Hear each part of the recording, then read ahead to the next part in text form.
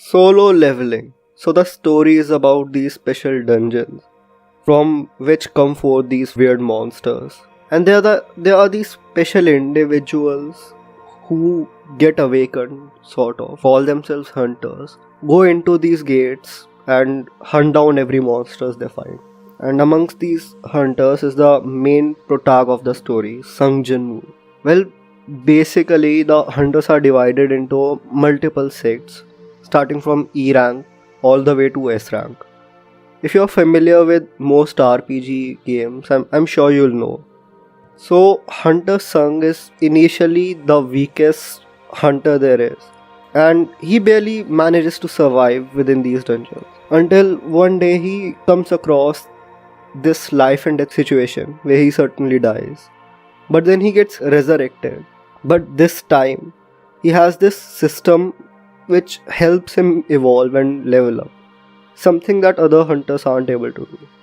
And you eventually come to a point when you just look back at him and you see the change that from this innocent E ranker cheerful child, he becomes this dark, stoic, and overpowered person.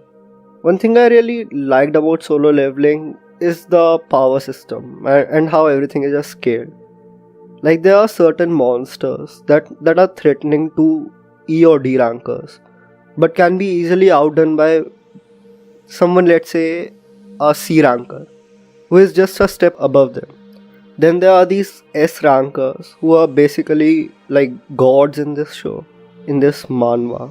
And above them are national level hunters who are basically strong enough to take down entire militaries, if I say so. And then there's Sung Jinwoo. I mean, when you first meet this guy, like I said, he was the weakest of the weakest.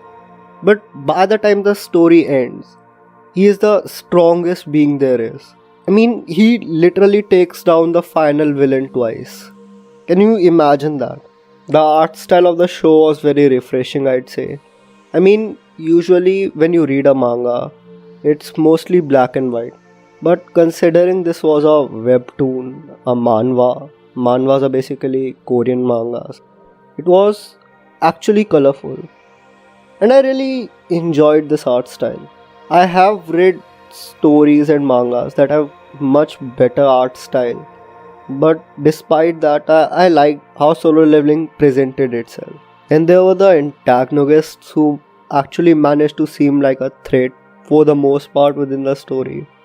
Even though when it comes to the ending, I don't think it was all that good. Solo leveling had a mediocre ending, to say the least.